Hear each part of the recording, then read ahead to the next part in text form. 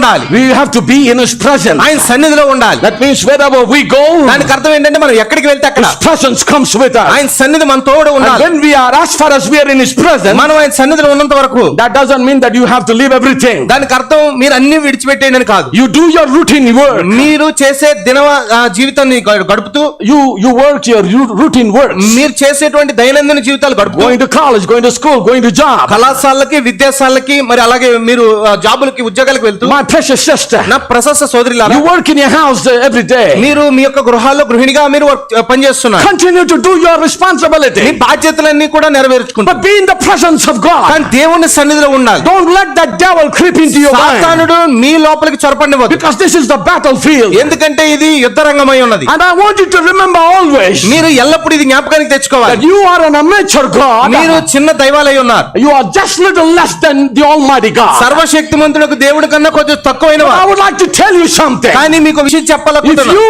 and the Spirit have become one, నీవు ఆత్మ ఒకటైతే, if you and the Word has become one, నీవు వాక్యం ఒకటైతే, then your word is nothing less. అప్పుడు మీ మాటకి దేవుడి మాటకి ఏమీ కూడా తప్పు పోదు. Because you are speaking the word. ఎందుకంటే మీరు మాట్లాడేది వాక్యమే. You are just an amateur God. మీరు కేవలం ఒక చిన్న దైవం. You are in the flesh and blood. మీరేంటంటే రక్త మాంసాల్లో ఉన్నారు. That word that has been planted in your heart, కానీ మీ హృదయం లోపల నాటబడిన ఆ వాక్యం it's not your word. అది మీ వాక్యం కాదు. It's అది not your pastor's మీ కాపరి word. వాక్యం కాదు. అది It is God himself. స్వయంగా దేవుడు నాటిన బీజం అది. So that word never loses its power. కనుక ఆ వాక్యము ఎప్పుడు శక్తి తప్పిపోదు. Never. ఎప్పటికీ విఫలం కాదు.